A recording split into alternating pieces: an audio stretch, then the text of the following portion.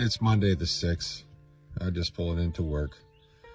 I wanted to talk about those Patriot Front Best Buy butt boys that showed up in Washington on Saturday the 4th and did their little parade and, you know, chanted their little chants and marched around with their drums and stuff like they usually do.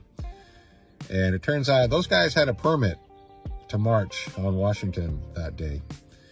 And meanwhile, on the other side of town, a bunch of veterans marched in protest of fascism, and they did not have a permit. And guess who the cops showed up to harass and intimidate? Give you a hint. It wasn't the Best Buy butt boys fucking marching around with their masks on. Oh no, they got a police escort and they were protected. You ever notice that? Anytime there's ever a KKK march or any white supremacist group, they get protection from the police. Whereas any, you know, black or brown people or immigrants or gay people or any marginalized group of people get together in mass and march, the cops are always there with riot gear ready to pounce on them. It's no coincidence. In my opinion, and I'm probably right, a lot of those fuckers wearing those masks, you know, in that Patriot Front crowd, they cover their faces because a lot of them are cops and a lot of them work for ICE or maybe both. And they don't want to get doxxed because they know they're the minority.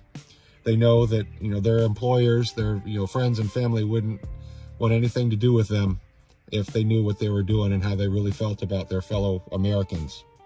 These people claim to love America, claim to be patriots, but they hate this country. They hate everything about it except the white supremacy and the patriarchy. They love that shit. And they're doing everything they can to maintain it. So, yeah, it was just a stark reminder of where we're at in our country right now. And I've said it before, I'll say it again. If Donald Trump is the best leader that the white supremacy movement has to offer, then he has proven to the world once and for all that white supremacy is some stupid ass shit. And only stupid people will fall for it. And of course, you know, since he's, you know, the dictator of America, he's doing everything he can to whitewash our history, remove DEI, remove critical race theory from many colleges. And it was never taught in, you know, elementary school or, you know, high school, but they wanted to make sure that it never ever was. You know, they did away with the Voting Rights Act, reinstated Jim Crow in the South, gerrymandered the shit out of all these states, trying to make sure that they win the midterms at all costs. Because they know they can't win in a fair and honest election. They haven't been able to for many years. But it's where we're at right now, folks. I'm just wondering, when is that fucking fateful last line of speed or last fucking Big Mac going to take care of this fucking guy? And we can move on. And I'm not worried about the couch fucker. You know, if he takes over, you know, if Trump doesn't finish out his turn and Vance fucking becomes president, he's not going to get reelected. He's not going to win in 2028. And all the cult, the remaining MAGA cult, are going to scatter like the roaches they are. They're going to scatter in the light. So bring it on.